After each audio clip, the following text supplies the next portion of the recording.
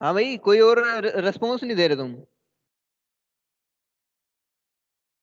We are discussing about the structure of plasma membrane और cell membrane, ये सारी चीजें मैं ऑलरेडी डिस्कस कर चुका हूँ, लेकिन तुम्हारे रेस्पॉन्स कुछ नहीं आ रहा। Lipid, protein, carbohydrate and water. Lipids के कंपोनेंट्स होते हैं phospholipid, glycolipid and cholesterol. Phospholipids में मैं टाइप्स बता रहा था, फोस्फोलिपिड्स का मैं बेसिक स्ट्रक्चर बता रहा था कि बेसिक स्ट्रक्चर क्या है। इसके पास एक ऑर्गेनिक ग्रुप है which contains OH group, therefore it is a organic alcohol. बीच में एक फॉस्फेट ग्रुप होता है, फिर एक अल्कोहल होता है। पूरे को हम बोलते हैं हेड ग्रुप। और ये जो लोअर पोर्शन है bears fatty acid chains is called tail group. The head group is hydrophilic, attracts water. जो टेल ग्रुप होता है is hydrophobic, it is water hating. उसके अलावा हम बात करते हैं ग्लाइकोलिपिड के बारे में। ग्लाइकोलिपिड क्या है? ये it is, glyco means carbohydrate portion, glyco means carbohydrate portion and lipid portion is lipid, वो तो लिपिड ही है, फैट है ना। जो ग्लाइकोलिपिड है इसके अंदर, इसका मतलब क्या है कि ये जो लिपिड पोर्शन है इसके साथ ही carbohydrate portion fatty acid chain जुड़ी हुई है, ठीक है ना। Glycolipid means carbohydrate plus lipid, बस सिंपल सी बात। कोलेस्ट्रोल, कोलेस्ट्रोल क्या है? It is another type of lipid जिसका स्ट्रक्चर जो है फोस्फोलिपिड से थोड़ा सा अलग होता है। इसके अंदर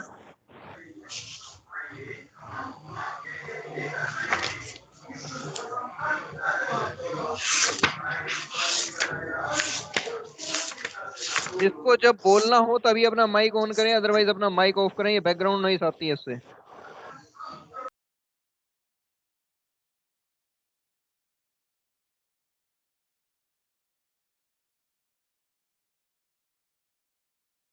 it bears 4 chains, 3 chains are hexameric and 1 is pentameric.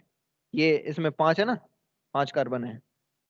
और ये हेक्सामेरिक रिंग है, जैसे कि बेंजीन की होती है या फिर हेक्सामर होता है, ठीक है ना। The three chains are hexameric and 1 is pentameric. It's one terminal contains free OH group, 1 2 3 4 5 6 7। तो ये एक फैटी एसिड चेन इसके साथ जुड़ी हुई होती है। दिस पार्ट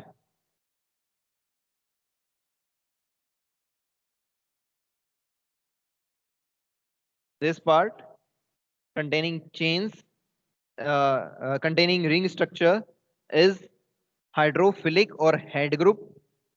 ये इसका हेड ग्रुप है। और ये वाला जो पोर्शन है ये इसका टेल ग्रुप है। ये जो रिंग लाइक स्ट्रक्चर्स वाला जो ग्रुप है it is hydrophilic head group, obviously इसमें भी हाइड्रोफिलिक है, और इसमें भी टेल ग्रुप जो है हाइड्रोफोबिक है। एक्चुअली जब प्लाज्मा मेम्ब्रेन में हम इनका अरेंजमेंट देखते हैं तो ये हमेशा दो फोस्फोलिपिड्स के बीच में पाया जाता है। यहाँ पर ये कोलेस्ट्रॉल मॉलिक्यूल पाया जाएगा। और और एक बार इसका जो, रिपीट करना सर। मैं ये बता रहा हूँ कि कोलेस्ट्रॉल का स्ट्रक्चर बताना है या अरेंजमेंट बताना है? ये हाइड्रोफोबिक बताया सर आपने अच्छा, डायग्राम में। कोलेस्ट्रॉल का ये जो रिंग लाइक स्ट्रक्चर है, ये जो रिंग लाइक स्ट्रक्चर्स हैं, इतना पोर्शन जहां तक ये रिंग लाइक स्ट्रक्चर्स प्रेजेंट है इसको हम बोलते हैं हेड ग्रुप। और ये होता है हाइड्रोफिलिक, यानी कि वाटर लविंग, वाटर की तरफ डायरेक्टेड होता है ये पोर्शन, ठीक है ना। जहां पर वाटर होगा उस साइड में ये होगा, ओरिएंटेड होगा। और ये जो फैटी एसिड, ये जो चेन लाइक स्ट्रक्चर है, ये है टेल ग्रुप। और इट इज वाटर हीटिंग और हाइड्रोफोबिक। ओके, आगे जब हम प्लाज्मा मेम्ब्रेन के अंदर इनकी अरेंजमेंट देखेंगे तो जो कोलेस्ट्रॉल है ये फोस्फोलिपिड्स के बीच में होगा। यहाँ पर ये इसका कोलेस्ट्रॉल का हेड ग्रुप है और इसका टेल ग्रुप ऐसे है। ये हेड ग्रुप फोस्फोलिपिड के हेड ग्रुप के साथ अट्रैक्शन में रहेगा, और इसका जो टेल ग्रुप होगा कोलेस्ट्रॉल का, ये फोस्फोलिपिड के टेल ग्रुप के साथ अट्रैक्शन में रहेगा, यानी इनके बीच में फोर्स ऑफ अट्रैक्शन रहेगी कुछ, ठीक है। वो फोर्स ऑफ अट्रैक्शन क्या रहेगी वो मैं बाद में डिस्कस करूंगा जब मैं सारी फोर्स ऑफ अट्रैक्शन के बारे में बताऊंगा कि इनके किन मॉलिक्यूल्स के बीच में क्या फोर्स ऑफ अट्रैक्शन है। ठीक है, तो इतना समझ में आ गया होगा। फोस्फोलिपिड या कोलेस्ट्रॉल का स्ट्रक्चर किसी को नहीं समझ में आया हो तो बता सकता है। सर ये फैटी एसिड्स कौन से होते हैं? Fatty acids are named according to their chain length. ठीक है ना, फैटी एसिड्स में बहुत सारी वेरिएशंस हैं, यहाँ पर स्पेसिफाई नहीं करेंगे हम, मतलब सिंपली ऐसे ही नोट कर लो कि फैटी एसिड है और कौन से होते हैं ये। डाइवर्सिटी बहुत ज्यादा है, मोस्ट अबंडेंट कौन से होते हैं वो मैं देख के बता दूंगा तुम्हें बाद में।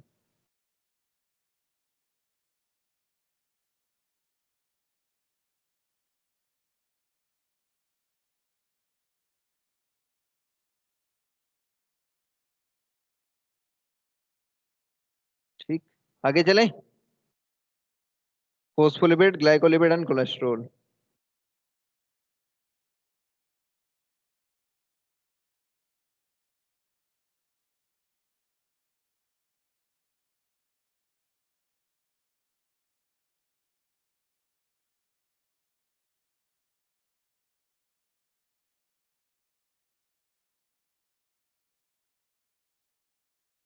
तो ये थे प्रोटीन्स। प्रोटीन्स का क्या काम रहता है? प्रोटीन का लिपिड का तो यही फंक्शन है कि भाई मेंटेन करना इसके स्ट्रक्चर को, ज्यादा जो स्ट्रक्चरल कंपोनेंट है वो लिपिड का होता है। उसके अलावा लिपिड्स जो है नंबर में भी सबसे ज्यादा होते हैं, हाँ, लार्ज नंबर में होते हैं। लेकिन ओवरऑल मास इनका सेम क्यों रहता है लिपिड और प्रोटीन का? वो इस वजह से क्योंकि प्रोटीन्स आर हैवियर। जो प्रोटीन्स हैं उसके अगर हम टाइप्स के बारे में बात करें,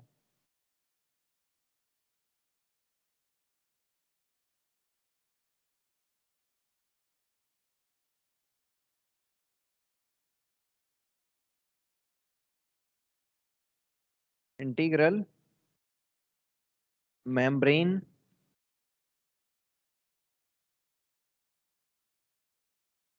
प्रोटीन।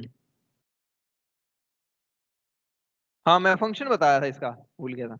प्रोटीन का जो फंक्शन रहता है वो सेल्स के बीच में, एक तो सेल की आइडेंटिटी के लिए भी कुछ रोल प्ले रहता है प्रोटीन का, और मटेरियल्स को रिकॉग्नाइज करने का भी काम रहता है कि एक्सटर्नल कोई मटेरियल आया है उसको पहचान करना है, तो उसके लिए भी काम रहता है। उसके अलावा टाइप्स में इसमें है, one is integral membrane protein, another one is peripheral membrane protein.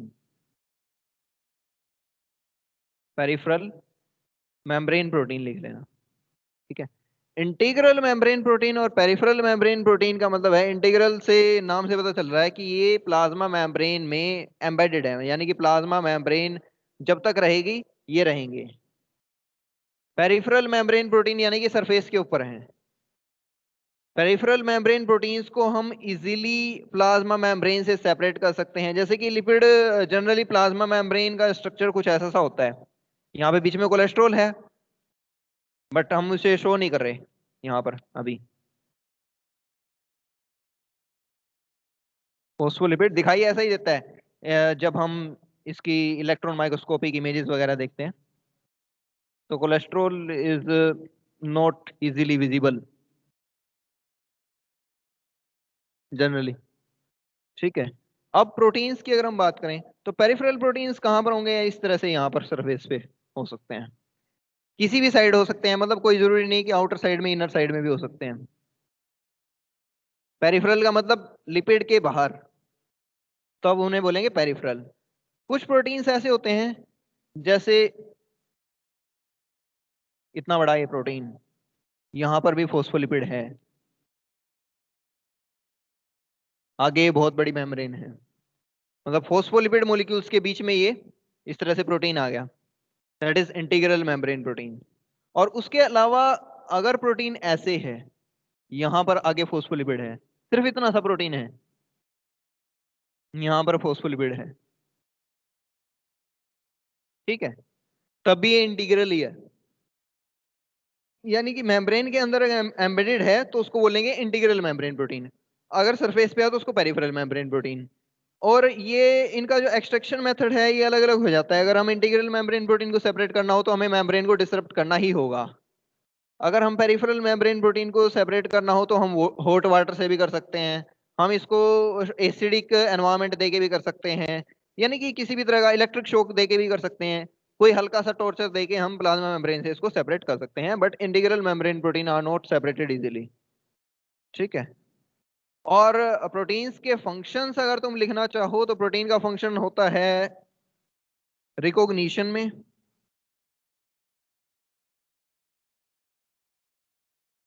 हालांकि रिकॉग्निशन में ज्यादा फंक्शनल रोल रहता है कार्बोहाइड्रेट का, लेकिन फिर भी ये भी साथ में एसेसरी रोल प्ले करते हैं कि भाई सेल की रिकॉग्निशन ऑफ एक्सटर्नल सब्सटेंसेस। ठीक है, ये एक्सटर्नल सब्सटेंसेस की रिकॉग्निशन करते हैं, मतलब अपनी पहचान बताने की बजाय दूसरे की पहचान करना, इसमें प्रोटीन्स का रोल रहता है, एक्सटर्नल सब्सटेंस। ठीक है, उसके अलावा ट्रांसपोर्ट ऑफ मटेरियल्स,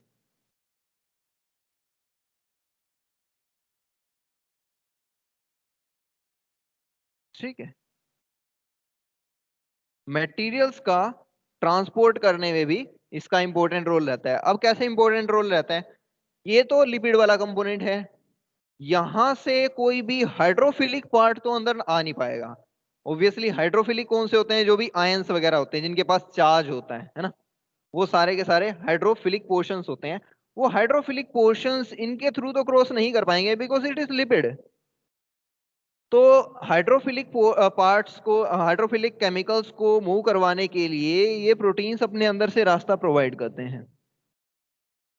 हालांकि इसमें भी बहुत से टाइप्स हैं प्रोटीन्स में। कुछ प्रोटीन्स ऐसे होते हैं जो ओपन चैनल यानी कि रास्ते चैनल्स प्रोवाइड करते हैं। कुछ प्रोटीन्स ऐसे होते हैं जो अपने अंदर कन्फॉर्मेशनल चेंजेस क्रिएट करते हैं, जिनको हम कैरियर प्रोटीन्स बोलते हैं। कैरियर प्रोटीन क्या करते हैं, यहाँ पर उनके पास एक रिसीवर होता है, यहाँ पर इन्होंने रिसीव किया किसी भी मॉलिक्यूल को, उसके बाद इसके अंदर शेप में चेंज हो गया, यानी कि ये जो बाहर वाला पोर्शन था ये अंदर की तरफ शिफ्ट हो गया, अंदर वाला बाहर की तरफ शिफ्ट हो गया, तो इस तरह से ट्रांसपोर्ट करते हैं। प्रोटीन्स में टाइप्स हैं, वो हम बाद में डिस्कस करेंगे। अभी सिर्फ इतना ही तुम समझ लो कि ये जो प्रोटीन्स का जो फंक्शन है ट्रांसपोर्ट ऑफ मटेरियल्स का, स्पेशली आयनिक और हाइड्रोफिलिक सब्सटेंसेस का ट्रांसपोर्ट करने में ये हेल्प करते हैं। उसके अलावा एक्सटर्नल सब्सटेंसेस के रिकॉग्निशन में हेल्प करते हैं। उसके अलावा सेल्स की आइडेंटिटी बताने में भी ये हेल्प करते हैं, सेल्स की आइडेंटिटी बताने में भी हेल्प करते हैं। लेकिन सेल की आइडेंटिटी बताने का मेजर काम कार्बोहाइड्रेट का है। किसी भी carbohydrates are mostly localised on outer surface of plasma membrane, यानी कि जितना अब तक स्टडी किया गया है यही मानते हैं लोग साइंटिस्ट्स कि जो कार्बोहाइड्रेट्स है ये सिर्फ प्लाज्मा मेम्ब्रेन की बाहर वाली साइड पे प्रेजेंट होते हैं, इनर साइड पे नहीं होते। ठीक है, तो कार्बोहाइड्रेट का काम क्या है कि सेल की पहचान बताना। सेल के पास ये एज अ आईडी कार्ड बताते हैं, जैसे कि हमारे पास हमारी बॉडी के अंदर कोई भी फॉरेन सेल आ जाती है, चाहे वो ब्लड की सेल है फॉरेन, या फिर कोई भी दूसरा टिश्यू जब ट्रांसप्लांट किया जाता है, यानी कि हमारी बॉडी के अंदर कोई दूसरा टिश्यू डाला जाता है दूसरे की बॉडी का, तो उसके लिए हमारा इम्यून सिस्टम क्यों एक्टिवेट होता है, वो इस वजह से एक्टिवेट होता है क्योंकि प्लाज्मा मेम्ब्रेन के अंदर, प्लाज्मा मेम्ब्रेन के सरफेस पे स्पेसिफिक टाइप के कार्बोहाइड्रेट्स प्रेजेंट होते हैं। हर एक इंडिविजुअल ऑर्गेनिजम्स पे वो अलग तरह के होंगे, यानी कि इनके अंदर इतनी ज्यादा डाइवर्सिटी है कि वो सेल की आइडेंटिटी को बताने का काम करते हैं, और इसी वजह से इम्यून रेस्पॉन्स जनरेट होता है। वाटर का तो तुम्हें पता ही होगा कि वाटर तो जरूरी ही है हर एक तरह की केमिकल रिएक्शन करवाने के लिए, लिविंग सिस्टम को मेंटेन रखने के लिए, और प्लाज्मा मेम्ब्रेन की फ्लूइडिटी को मेंटेन रखने के लिए वाटर का इंपॉर्टेंट रोल होता है।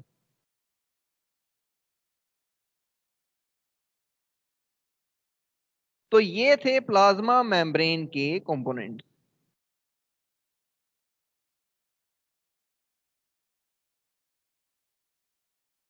किसी को प्लाज्मा मेम्ब्रेन का कोई कंपोनेंट समझ में ना आया हो तो पूछ सकता है।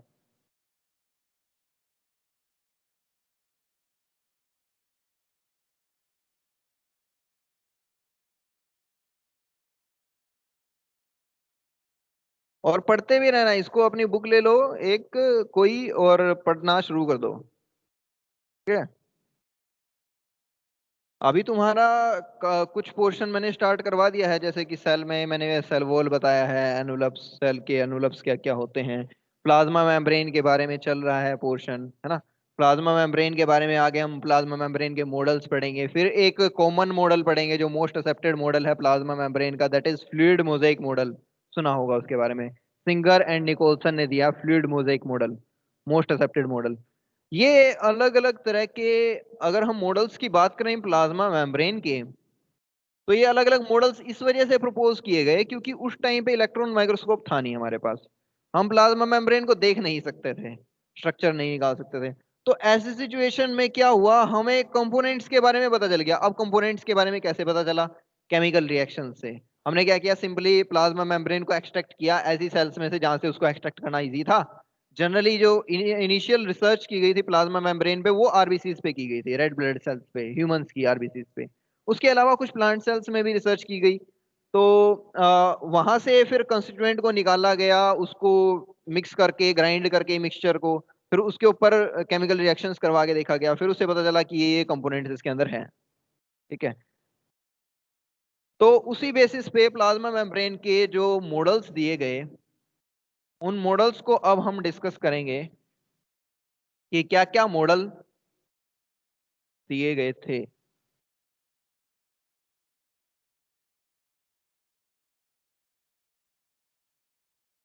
One type was lamellar models. Lamellar models.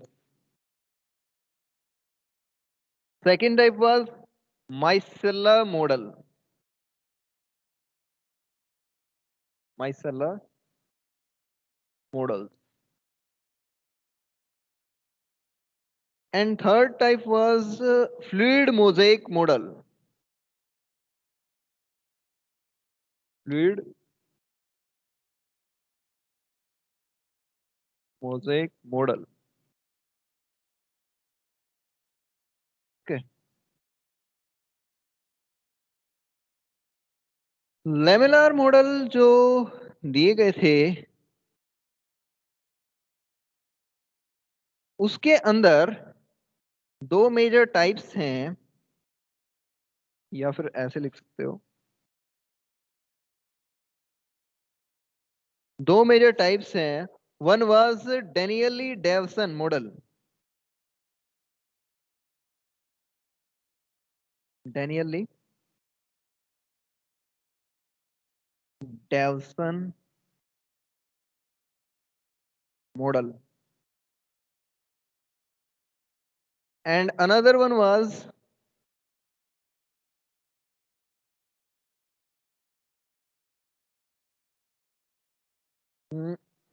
अब दिख रहा होगा, Danielli Davson model, and another one was Robertson's unit membrane model,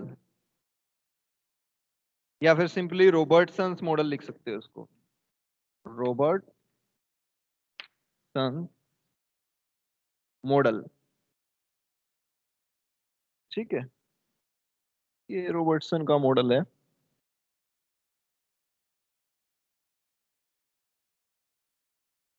पहले इनको डिस्कस कर लेते हैं, ये जो लेमिनार मॉडल क्या थे।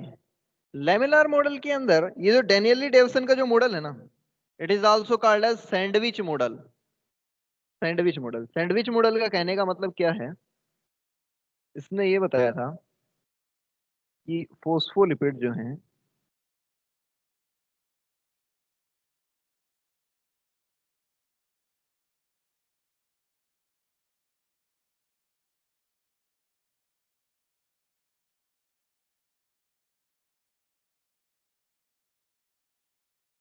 ठीक है, कुछ ऐसे से अरेंज्ड हैं। ओ, हाथ में ले रहा हूँ। ठीक, फोस्फोलिपिड्स ऐसे अरेंज हैं,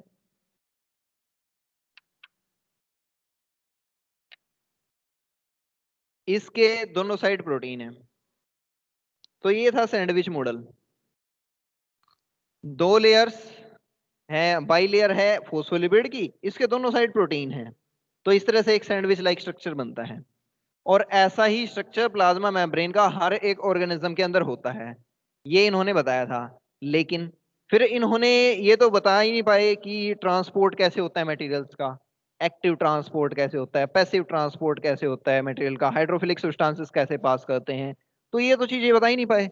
क्योंकि प्रोटीन्स इन्होंने कह दिया कि सिर्फ सरफेस पे हैं और दोनों साइड कवर करके रख रहे हैं लिपिड्स को, तो आयनिक सब्सटेंसेस का ट्रांसपोर्ट कैसे होगा, है ना। तो इस वजह से इस मॉडल को एक्सेप्ट नहीं किया गया, ठीक है। उसके बाद आया रॉबर्टसन का मॉडल।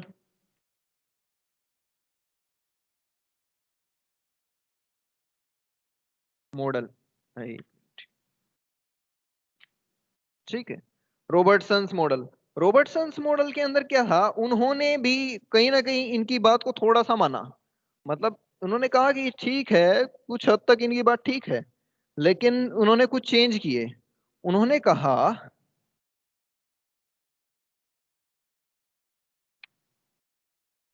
कि ये जो है ना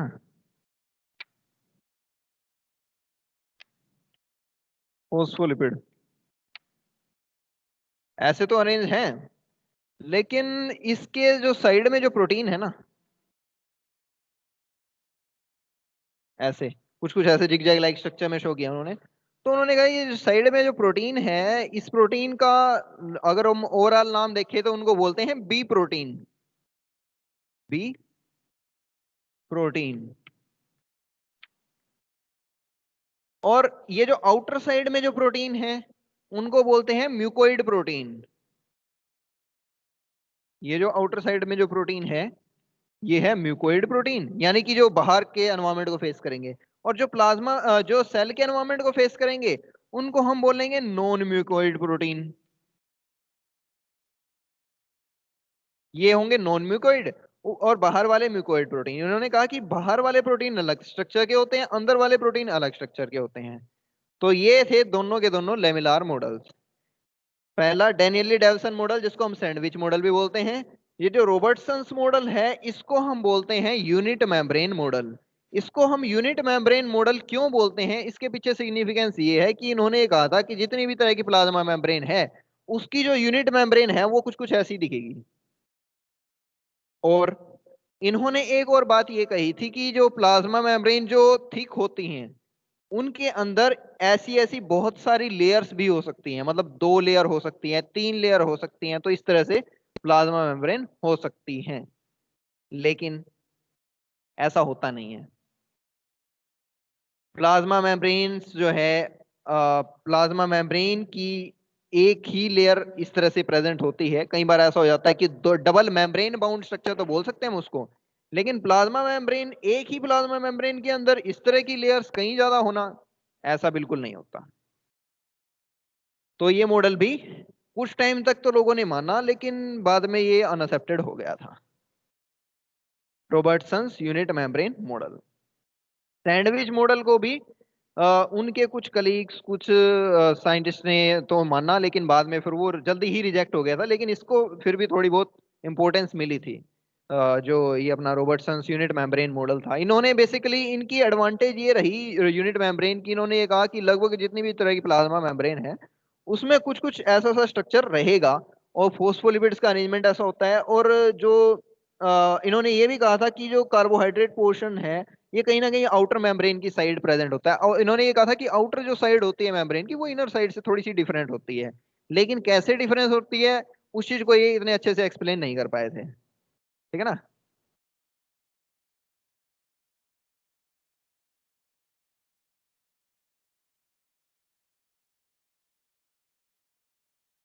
आगे आता है माइसेलर मॉडल।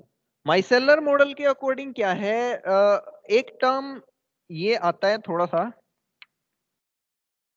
इस टर्म से, माइसेली, माइसेल्स भी बोलते हैं इसको।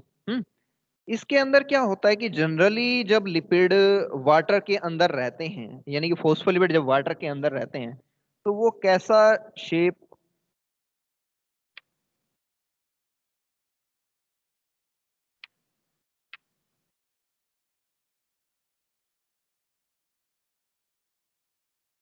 कुछ कुछ ऐसे से दिखाई देते हैं, है ना। क्योंकि ये वाला जो टेल फैटी एसिड वाला जो पोर्शन है ये हाइड्रोफोबिक है, और ये जो हेड वाला पोर्शन है ये हाइड्रोफिलिक है। यहां पर हमने पानी भर रखा है, ठीक है। तो जो हाइड्रोफिलिक पोर्शन है वो वाटर की साइड रहेगा, जो हाइड्रोफोबिक पोर्शन है वो सेंटर की तरफ रहेगा। तो इस तरह से माइसेल्स बनाते हैं। ये टर्म, इसके मॉडल की जो टर्म है वो यहां से आई है। तो जो माइसेलर मॉडल है इसमें दो तरह के मॉडल हैं। One was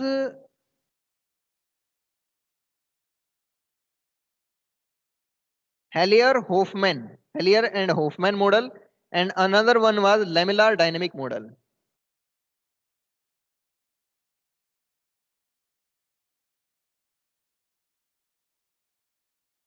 Hillier and Hofmann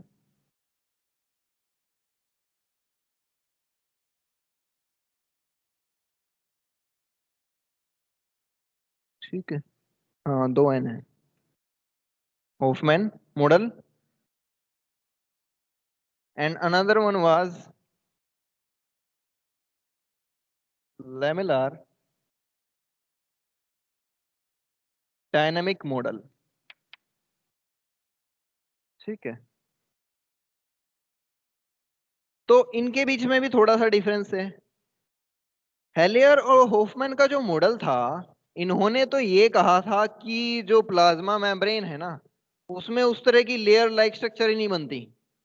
इन्होंने ये कहा कि मटेरियल्स के ट्रांसपोर्ट में बेसिकली प्रॉब्लम आ रही थी ना लेमिनार मॉडल में। लेमिनार मॉडल यही नहीं एक्सप्लेन कर पाया कि किस तरह से हाइड्रोफोबिक या हाइड्रोफिलिक सब्सटेंसेस ट्रेवल करते हैं प्लाज्मा मेम्ब्रेन के थ्रू।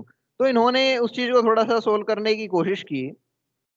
तो ये जो हेलियर वाला मॉडल था, इन्होंने कहा कि जो प्लाज्मा मेम्ब्रेन है वो बहुत सारी माइसेल से बनी हुई है, जिसके सराउंडिंग में दोनों तरफ प्रोटीन की कवरिंग है।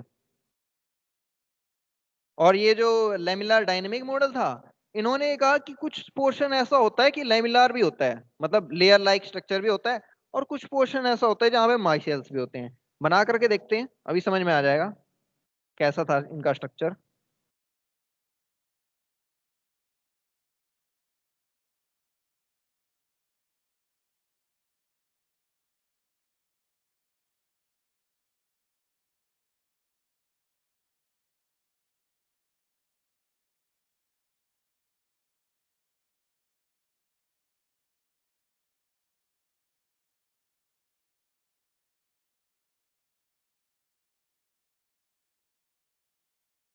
कुछ कुछ ऐसा, दिस इज माई सेल, यहाँ पर भी।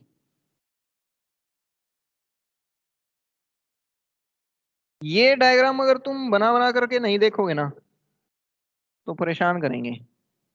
मतलब हो सकता है कि तुम्हें एग्जाम में या आगे ध्यान में ही ना आए।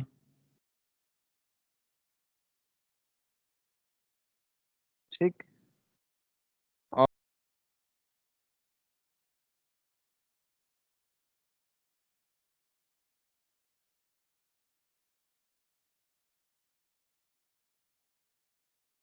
हम्म, ऐसा नहीं है इसमें, ऐसा बिल्कुल नहीं है इसमें।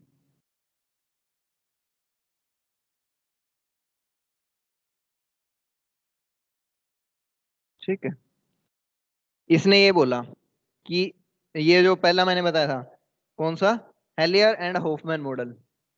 ठीक है, जो मैंने फर्स्ट बताया था, हेलियर एंड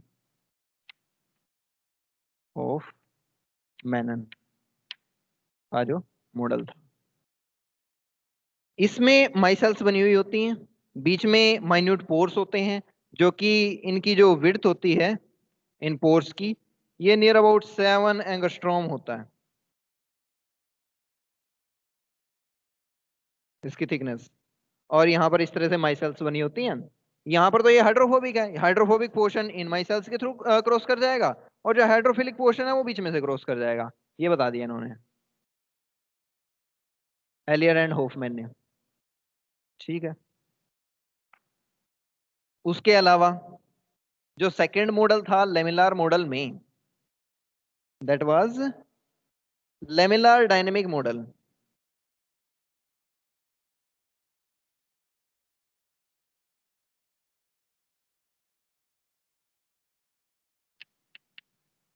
लेमिनार डायनेमिक मॉडल के अंदर क्या था, इसने कहा कि ऐसा नहीं है कि सारे में सिर्फ माइसेल्स ही बनी हुई हैं।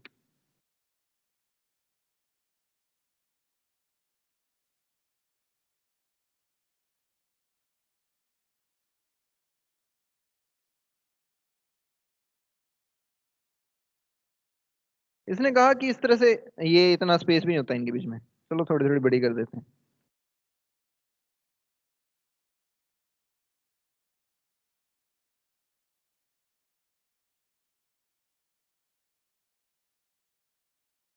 ठीक है, यहां पर एक कुछ पोर्शन तो ऐसा होगा, यहाँ पर प्रोटीन है जिग जैग मैनर में ऐसे ही। ठीक है, अब यहाँ पे ये प्रोटीन आगे एक्सटेंड कर रहा है, मेम्ब्रेन आगे भी चलेगी।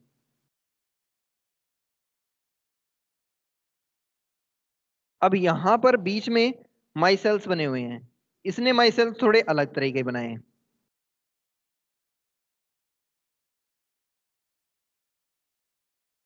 इसने ये कहा कि जो फैटी एसिड टेल है ना इनकी, ये बाहर की तरफ निकली हुई है, कुछ ऐसे से बन गए,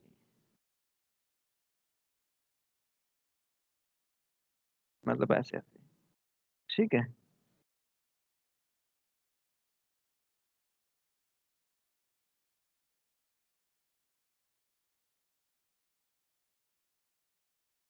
ऐसा हेड ग्रुप सेंटर की तरफ है और जो टेल ग्रुप है वो बाहर की तरफ है। इसने ये कहा कि जो हाइड्रोफिलिक मॉलिक्यूल है वो क्रॉस करना हुआ तो इन इन माई सेल्स के थ्रू क्रॉस कर जाएगा बाहर, बाहर से अंदर, और जो हाइड्रोफोबिक है वो इनके थ्रू आएगा। ठीक है ना, यहाँ पर अगेन इस तरह से प्रोटीन की बाउंड्री है, ये सारा प्रोटीन है, ये जो मैं जिग जैग मैनर में बनाया सारा प्रोटीन है। ये लिपिड है, फोस्फोलिपिड, ये भी फोस्फोलिपिड है, ये भी फोस्फोलिपिड है। यहाँ पर फोस्फोलिपिड के अरेंजमेंट कुछ कुछ ऐसे है कि ये सर्कुलर मैनर में अरेंज है, और इनका हाइड्रोफिलिक पोर्शन सेंटर की तरफ है और हाइड्रोफोबिक जो पोर्शन है वो बाहर की तरफ है, ऐसे। ठीक, तो ये बीच में बन गई एक केविटी, इस केविटी के थ्रू हाइड्रोफिलिक पोर्शन अंदर की तरफ ट्रेवल कर जाएगा।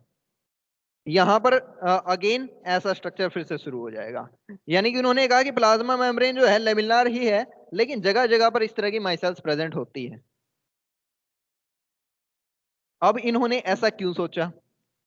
एक्चुअली जो ये हमारे लेमिनार मॉडल था पहले वाला, लेमिनार मॉडल में इसके रिजेक्ट होने के एक रीजन ये भी था कि लेमिनार मॉडल ये नहीं एक्सप्लेन कर पाया कि प्लाज्मा मेम्ब्रेन कहीं कहीं पर तो थोड़ी थिक होती है, कहीं कहीं पर थोड़ी सी थीन होती है, यानी कि प्लाज्मा मेम्ब्रेन का जो सरफेस होता है वो पूरी तरह से स्मूथ नहीं होता।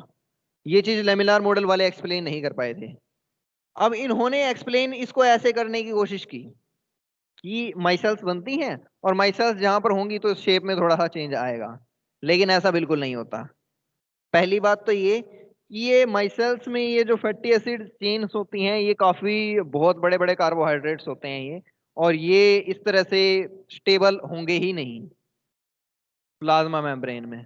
प्लाज्मा मेम्ब्रेन की स्टेबिलिटी ही डिसरप्ट हो जाएगी अगर ये इस तरह से माइसेल्स बन के तैयार होंगी, चाहे ऐसी बने चाहे वो जो पहले मॉडल में बनी थी माइसेलर मॉडल में, यानी कि जिसमें हेड ग्रुप बाहर थे, चाहे वैसी बने। यानी कि माइसेलर मॉडल जो है प्लाज्मा मेम्ब्रेन के अंदर तो स्टेबल है ही नहीं, पहली बात। दूसरी बात, जो प्लाज्मा मेम्ब्रेन है उसके अंदर जो प्रोटीन्स का इंपॉर्टेंट जो ट्रांसपोर्ट में रोल रहता है या मटेरियल्स के रिकॉग्निशन में जो रोल रहता है वो इन्होंने नहीं बताया था। ठीक है ना, तो पूरी सारी बातों को इन्होंने थोड़ी सी कोशिश की थी कि हम बता सके कि हाइड्रोफिलिक और हाइड्रोफोबिक को कैसे मटेरियल का ट्रांसपोर्ट होता है, हाइड्रोफिलिक और हाइड्रोफोबिक, लेकिन ये इस बात को सेटिस्फाई नहीं कर पाए थे। क्यों नहीं कर पाए थे? क्योंकि ये जो माइसेलर जो स्ट्रक्चर है ये स्टेबल ही नहीं होता है। Next is fluid mosaic model, और जो फ्लूइड मोजेक मॉडल है वो हम डिस्कस करेंगे नेक्स्ट क्लास में। आई थिंक क्लास का टाइम ओवर हो चुका है। किसी को कोई भी क्वेरी हो पूछ सकते हो, क्योंकि अभी कोई टीचर नहीं आया, फ्री हम पूरी तरह से।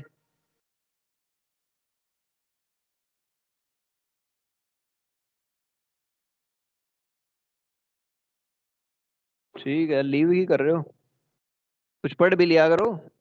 हम्म, ठीक है, जा सकते हैं।